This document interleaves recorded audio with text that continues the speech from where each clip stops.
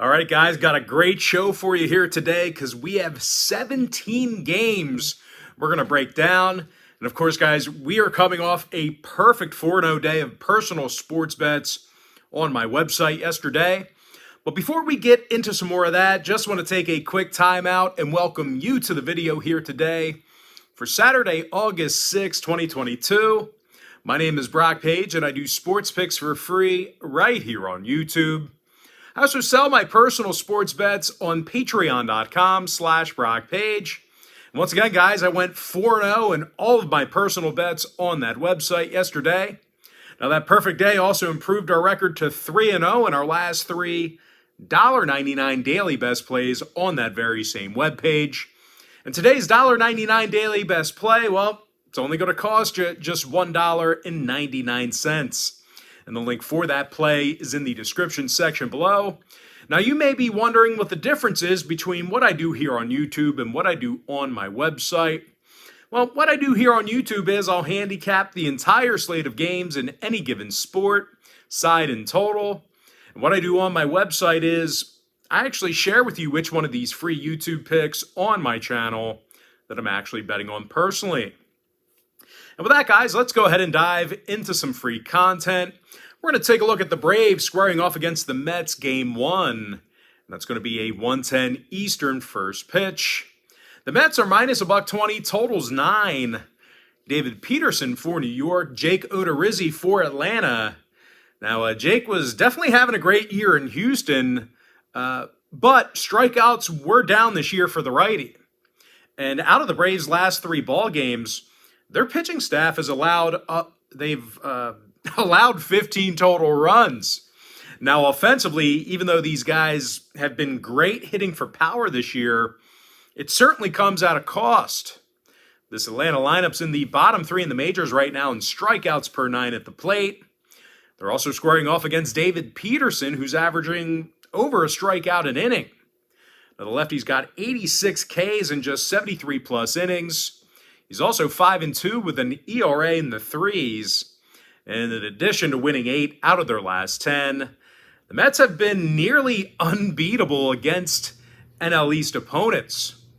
They're 34-14 within divisional competition, and they're led by Pete Alonso, who has an NL best 91 RBI. Now, Alonso's also 4th in home runs and 10th in OPS. And no real surprise here, New York's currently in the top 5 in team batting average. Now, total-wise, 5 out of David Peterson's last 6 starts for New York did fall under the number. Meanwhile, Jake Odorizzi saw 8 out of his last 10 starts fall under the line himself.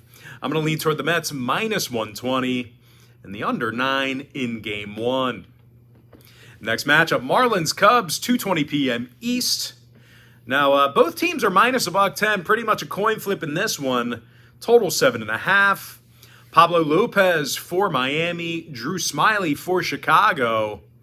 Now, Smiles has had a real tough year this season. He's got a 3-6 record, ERA in the mid-4s, and a 1.34 whip. Now, the Cubs have... Man, we're having a tough time getting it out here today. The Cubs have also had a real tough time scoring runs against Miami. Out of their last 10 meetings with the Fish, the Cubs averaged less than 2.9 runs a game. They're also facing Pablo Lopez on the mound, who's 7-6 on the year with an ERA in the threes. Now, the righty's also got 119 strikeouts in just 118 plus. And once again here, guys, out of these teams' last 10 ball games against each other, Miami's averaged well over 5 runs a game offensively. Now, Jazz Chisholm's the club leader in home runs and RBI. Meanwhile, Garrett Cooper's the team leader in batting average. When it comes to the total, 3 out of Miami's last 4 road games did fall under the number. They're also 7-3 to the under in their last 10 at any location. Meanwhile, Chicago went 80% to the under in their last 10 themselves. I'm going to lean toward Miami minus $1.10 and the under 7.5. Next contest, it is going to be Angels-Mariners Game 1. That's going to be a 4:10 Eastern first pitch. Seattle's the $1.95 favorite, total 7.5.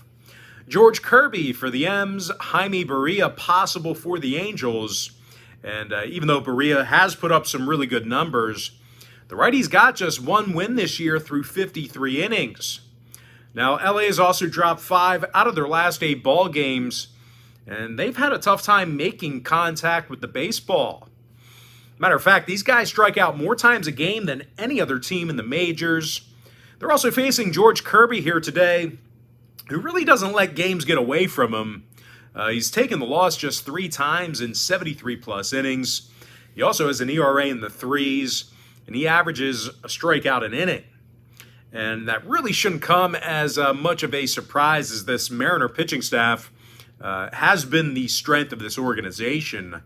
They're actually allowing only 3.9 runs a game for the entire year. When it comes to the total, 8 out of these teams' last 10 head-to-head meetings did fall under the number.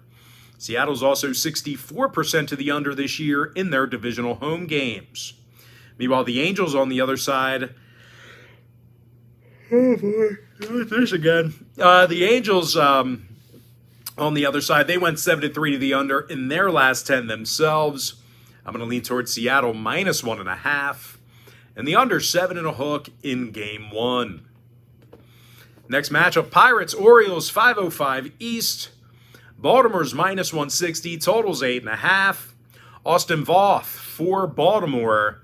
JT Brubaker for Pittsburgh. Now, Bruce had a real tough year with the Pirates this season. He's just 2-9 with an ERA in the 4s. Now, the righty's also got a pretty bad whip of 1.49. And even if JT pitches well here today, he may not get the run support he needs. The Pirates are second to last in the majors in team batting average. They're also scoring under 3.7 runs a game for the entire year. Now, they're going to have to face Austin Voth here today for the O's. Austin's got a 2.84 ERA, and he averages a strikeout an inning. Now, the O's are also they're on a 4-game winning streak, and they average nearly 6 runs a game during that span. Anthony Santander is the team leader in homers and RBI. When it comes to the total in this one, Baltimore's seen a lot of unders against the National League.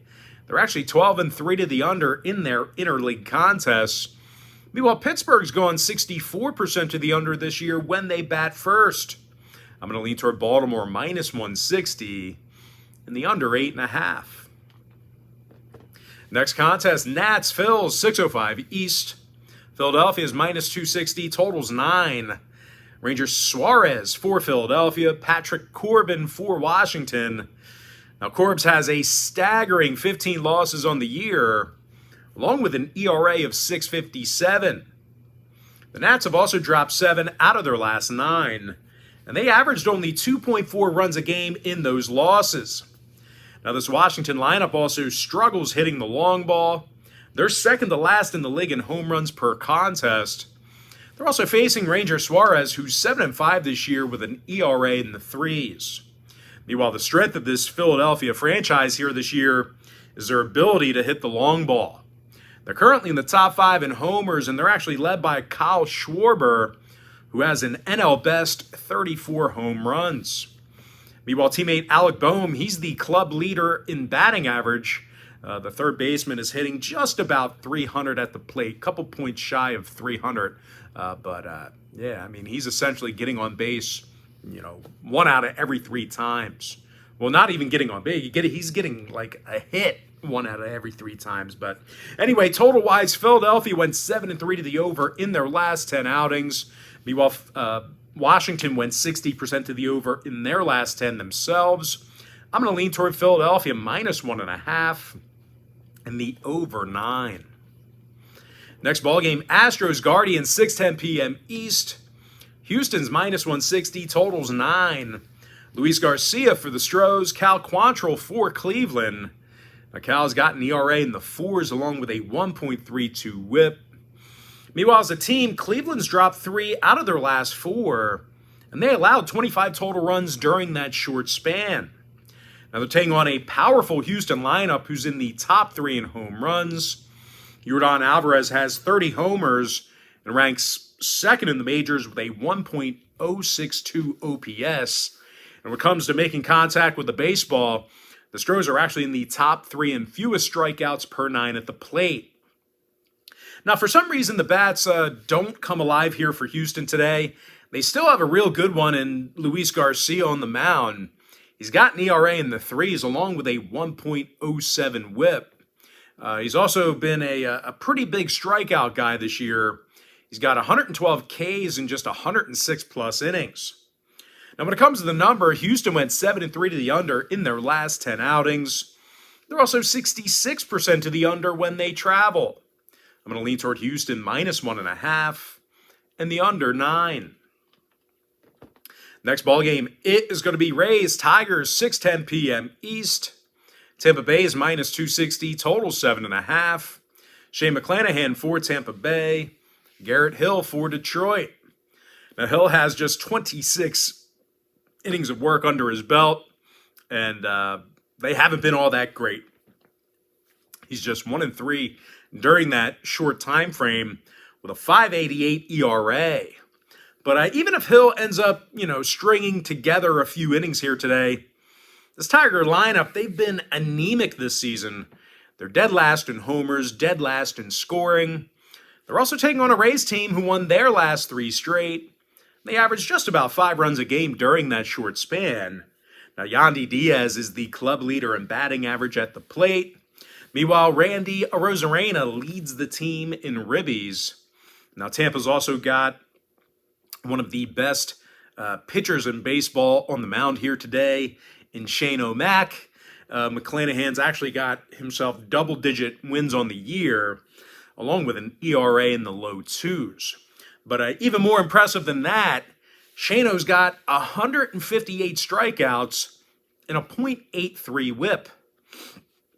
Now, total-wise, Tampa Bay went 60% to the under in their last 10 outings. Meanwhile, the Tigers saw their last 10 straight ball games fall under the total, depending on where you shopped at. I'm going to go ahead and lean toward Tampa Bay minus 1.5 and the under 7.5 in that tight window. All right, next matchup here, guys. We still got about 20 more minutes of show left here, so bear with me. Like I said, it's going to be a big show here today. 17 games, couple of doubleheaders. But anyway, next matchup, it is going to be White Sox Rangers, 7:05 Eastern first pitch. Now, Chicago's the $1.20 favorite on the road, totals 8 runs. Michael Kopech for Chicago, Dane Dunning for Texas. And for some reason, these Rangers really don't like getting the W for Dunning. Dane's got just 1 win this season in 106-plus innings.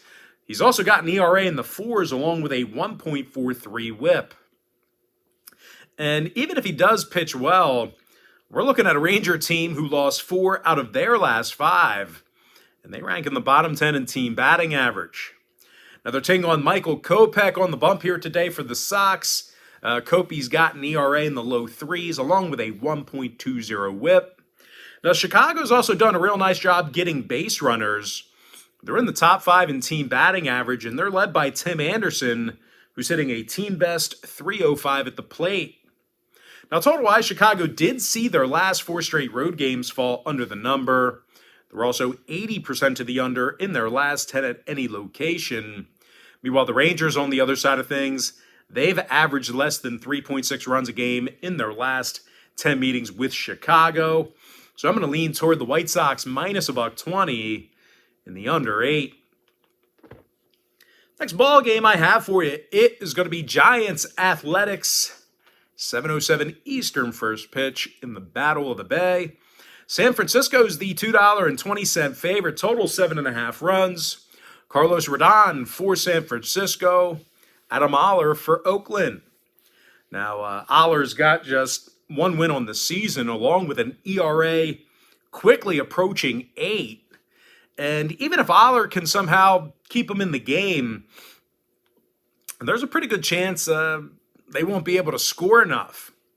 They're dead last in team batting average, and they're also scoring less than 3.6 runs a game for the entire year. They also have to face Carlos Radone, who's an absolute strikeout machine. He's got 158 Ks in just 123 innings. The lefty's also got an ERA nearly in the 2s, along with a 1.07 whip. Now, when it comes to offensive production, well, somehow the Giants are still in the top 10 in the majors in runs per game. Wilmer Flores is currently leading the roster in RBI at the plate. When it comes to the scoring, 6 out of the Giants' last 10 ball games did fall under the total. They're also 9-4 to the under against the American League. Meanwhile, on the other side of things, Oakland's gone 29-21 to the under in the Coliseum. I'm going to lean towards San Francisco -1.5 and the under 7.5. Next ball game I have for you, it is going to be Braves-Mets, 7:10 p.m. East. And of course, that is game 2 of the doubleheader here today. The New York Mets are -130, total 6.5. Max Scherzer for the Mets, Max Fried for Atlanta. Now, Fried's got double-digit wins on the year along with an ERA in the 2s. Now, the lefty's also fanned 122 batters and also has a 1.07 whip. And even though we did fade the Bravos in Game 1, just keep in mind that they got the W in 5 out of their last 7, and they can still be very dangerous at the plate. Atlanta's in the top 5 in OPS, and they're leading the National League in homers. Now, Austin Riley, he's currently leading the organization in home runs and RBI. As a matter of fact, the third baseman's in the top 10 in the bigs in home runs, RBI, and OPS. Meanwhile, Dansby Swanson's just 1 point shy of batting .300. He's the club leader in batting average. He's basically batting .300 even. Now, Atlanta's taking on a Mets team here today in Game 2, who actually did lose 2 out of their last 4 ball games, and that includes a game to Atlanta just last night where they allowed 9 total runs. Matter of fact, out of New York's last 4 contests, they gave up 23 total runs during that short span. So if Atlanta can get to the bullpen here, they do have a shot at winning this game. And even though Max Scherzer has been great, I mean, he has been dominant. I'm not going to deny that. Like I said, if the Braves can get to the bullpen, it could mean trouble because this Mets pitching staff as a whole, they're in the top 10 in the league in homers allowed. So they've been susceptible to giving up the long ball. Now, total-wise, this line for Game 2 may just be set a little bit too low. I know because Scherzer's starting, they always set that line really, really low. They're in love with his whip. But the Mets did go 7-3 to the over in their last 10 outings. They're also 15-8 to the over in their divisional contests at home. Meanwhile, the Braves, on the other side of things, they are currently 20-4 to the over in their divisional road games. So I'm going to lean toward Atlanta +1.5, keeping this one close, and the over 6.5 runs in Game 2. Next ball game, Blue Jays Twins, 7:10 p.m. East. Toronto's -135, totals 9 runs. Mitch White for Toronto, Dylan Bundy for Minnesota. Now, don't let Bundy's record fool you. This guy definitely finds trouble on the hill. He comes into today's ball game with an ERA in the 5s. Meanwhile, as a team, the Twins dropped 6 out of their last 10, and their pitching staff struggled allowing the long ball. These guys are currently in the bottom 5 in the bigs at keeping the ball inside the park. They're also squaring off against one of the scarier hitting lineups in baseball. The Jays are in the top 3 in runs per contest, and they're leading the majors in team batting average. Lourdes Gurriel, he's hitting a team best .312 at the plate. He's actually 7th in the bigs in that category. Meanwhile, Vlad Guerrero Jr. is leading the team in homers and runs batted in. Now, starting pitcher Mitch White should be able to do enough to keep these guys within striking distance. The righty's got himself a .370 ERA and a 1.25 whip. When it comes to the total, 7 out of Toronto's last 10 ball games fell under the number. Meanwhile, the Twins on the other side, they are currently 32-22 to the under at Target Field. I'm going to lean toward Toronto -135 and the under 9. Next ball game I have for you, it is going to be Red Sox taking on the Royals, 7:10 Eastern first pitch. Now, Boston is -145 on the road, totals 9. Nathan Yavaldi for the Bo Sox, Daniel Lynch for Kansas City. Now, Lynch is just 4-7 with an ERA in the high fours. The Royals have also dropped 7 out of their last 10. And they have a pretty tough time manufacturing runs. They're scoring only 3.9 runs a game, which is in the bottom 5 in the league in that category. They're taking on a Boston team who won 4 out of their last 6. And in addition to that, that includes a series win over the Astros. And even though the Bo Sox have struggled collectively over the past month or so, well, it's really not for a lack of base runners. They're still in the top 10 in team batting average, and they're led by Rafael Devers, who's hitting a team-best .319 at the plate. Meanwhile, teammate Xander Bogaerts, he's also hitting .309 himself. Bogaerts is currently 5th in the bigs in that particular category. Now, starting pitcher Nathan Yavaldi, he's not going to lose you too many games either. He's got just 3 losses in 87-plus innings this year. He's also got a whip of 1.23. Now, when it comes to the number, Boston went 60% to the under in their last 10 outings. They're also 32-23 to the under in their travels. Meanwhile, Kansas City saw 4 out of their last 7 Daniel Lynch starts fall under the line. I'm going to lean toward Boston minus 145 and the under 9 runs. Next contest, it is going to be Yankees taking on the Cardinals, 7:15 Eastern first pitch. Now, both teams are minus $110, so another coin flip game here right now. Totals 8 runs. Domingo Herman for New York. Jordan Montgomery facing his former team for St. Louis. Now, Montgomery was dealt to St. Louis just this week, and it wasn't for poor performance. The lefty has an ERA in the 3s with the Yankees, along with a 1.10 whip. I know a lot of Yankee fans not happy that they dealt Montgomery, having a pretty good year. I know that wins weren't up for him. I think he was just 3-2 or 3-3 going into the trade, but you know, he can't control wins if he's not getting run support. I mean, he did his job with regard to keeping people off the base paths. But anyway, the Redbirds, they're also red hot right now. They're on a 5-game winning streak, and they also got the dub in 7 out of their last 8. Now, Paul Goldschmidt, he's been pretty much a hitting machine this season. Very tough to get out. He's leading the league in batting average, and he's also 3rd in OPS. And just for reference, Goldie's hitting .330 with 26 home runs, 82 RBI, and a 1.021 OPS. And this really shouldn't come as a surprise. The Cards are averaging nearly 5 runs a game for the entire year. Now, they're squaring off against a struggling Yankees team who's on a 3-game losing streak, and they also dropped 4 out of their last 5. And during that 5-game stretch, the Yankees allowed 29 total runs. Now, Domingo Herman, he also comes into today's start with a dozen-plus lackluster innings. He's got a 6.39 ERA already, along with a 1.82 whip. When it comes to the total, New York's gone 7-3 to the over in their last 10 outings. And no real shock here, 2 out of Herman's last 3 starts did get over the number. Meanwhile, St. Louis has gone 11-7 to the over against American League opponents this year. I'm going to lean towards St. Louis minus $110 in the over 8. Next contest, it is going to be Reds Brewers 7:15 East. Now, Milwaukee's minus 185 in this divisional matchup. Totals 8 runs. Aaron Ashby for Milwaukee. Nick Lodolo for Cincinnati. Now, Lodolo's got an ERA in the 4s along with a 1.57 whip. And even if Nick pitches well, these Cincy hitters have had a tough time making contact with the baseball.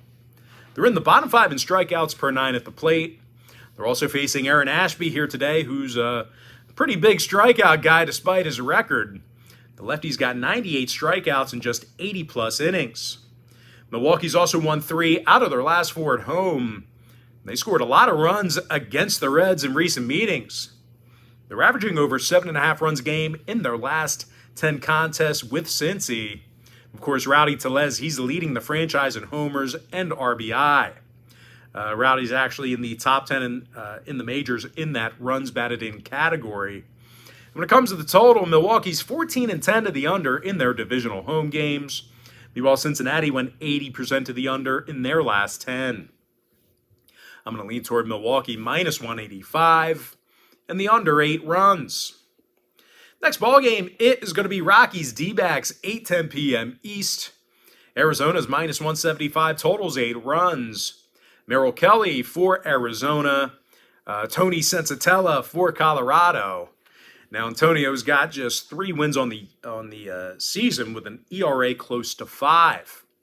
And in addition to winning just 32% of their road games, the Rockies are nearly dead last in runs per game away from home. They're taking on Merrill Kelly here today, who's been a savage this year. The righty's got double-digit wins along with a 2.87 ERA. He's also got 104 strikeouts and a 1.13 whip. And even though Arizona's struggled with base runners this season, they do have the ability to hit for power. They're in the top 10 in homers, and they're led by Christian Walker here, who's hit 25 home runs on the season. Now, Walker's actually 9th in the bigs in that particular category. Meanwhile, Ketel Marte is the club leader in batting average at the plate. Now, when it comes to the number, Arizona went 3-1 to the over in their last 4 at Chase Field. They're also 60% to the over in their last 10 at any location. Meanwhile, Colorado on the other side, they saw 4 out of their last 6 away from home get over the line themselves. I'm going to lean toward Arizona minus 175 in the over 8. Next ball game I have for you, it is going to be Padres taking on the Dodgers. 9:10 Eastern first pitch. Now the Dodgers are minus 155 in this divisional matchup. Totals 8.5 runs. Andrew Heaney for Los Angeles. Mike Clevenger for San Diego. And even though Mike's put up some pretty good numbers, he comes into today's ball game with a 3-3 record. Now the Pods have also lost their last 2 straight, and they've been little threat this year hitting the long ball. San Diego's currently in the bottom 10 in the league in home runs per contest.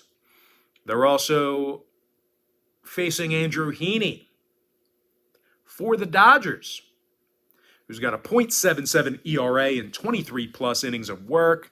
And during that short time frame I just mentioned, Heaney's already got 34 strikeouts.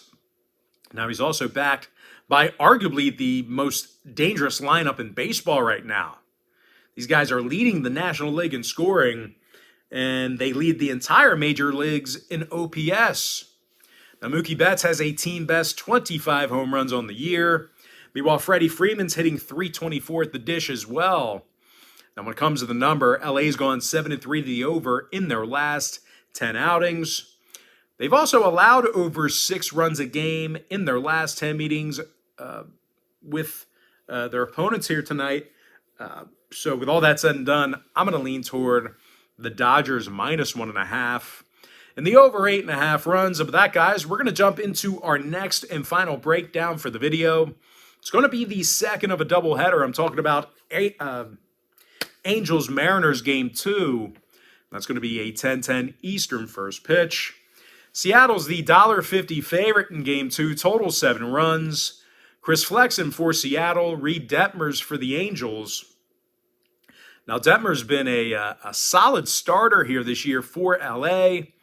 He's got a .362 ERA through 82 innings of work. He also has a 1.05 whip, and he averages nearly a strikeout an inning. Now, the Angels, they've also won 3 out of their last 6 ball games. And that includes a 4-3 victory over Seattle just last night. Shohei Ohtani has a club-leading 64 runs batted in at the plate.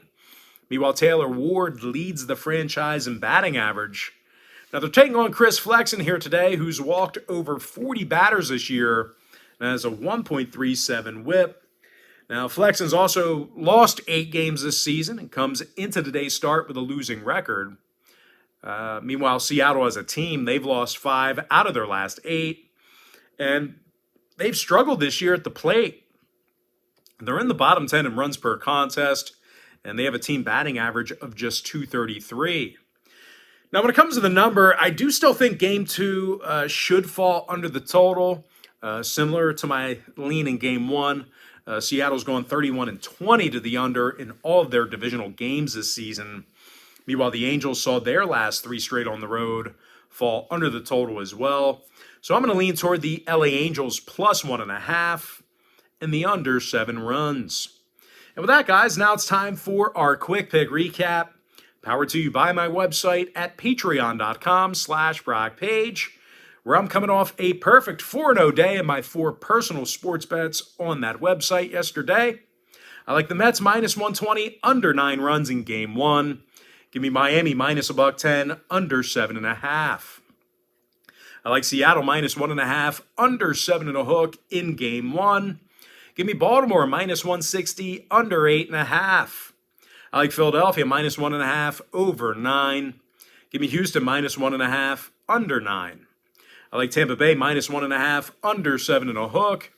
Give me the Chicago White Sox minus $120, under 8. I like the Giants minus 1.5, under 7.5 runs. Give me the Braves plus 1.5 and the over 6.5 in Game 2. I like Toronto minus 135, under 9. Give me Boston minus 145, under 9. I like the Cardinals minus $110, over 8. Give me Milwaukee minus 185, under 8. Arizona minus 175, over 8. LA Dodgers minus 1.5, over 8.5. And before I give you my next and final free pick for the video, one final reminder that I'm also 3-0 my last 3 $1.99 daily best plays on my website. And of course, that's patreon.com/BrockPage. Give me the Angels plus 1.5. I'm sorry, that's not the, Give me the Angels plus 1.5 and the under 7 runs in Game 2. And with that, guys, that's going to do it for me. Don't forget to check me out on my website. Now, if you guys do end up getting a package here today on patreon.com/BrockPage, just keep in mind you're going to get billed the day you sign up and then the first of every month following that. So if you do end up getting a membership here today, you are going to get access to that content every single day all the way up until September 1st. I always tell folks in every single video, the earlier in the month you sign up, the better. And guys, if you want to get access to every single bet, every single package, every single day, you're going to want to sign up for my board member package. Not only do board members get access to the board member tier package bet itself, you're also going to get it's an all-inclusive membership. Guys, thanks for joining me here today on YouTube. Really hope you enjoyed all this great free content, all this great free information. And with that said, guys, happy Saturday to you. Best of luck to you. And I look forward to seeing you later on today on my website at patreon.com/BrockPage.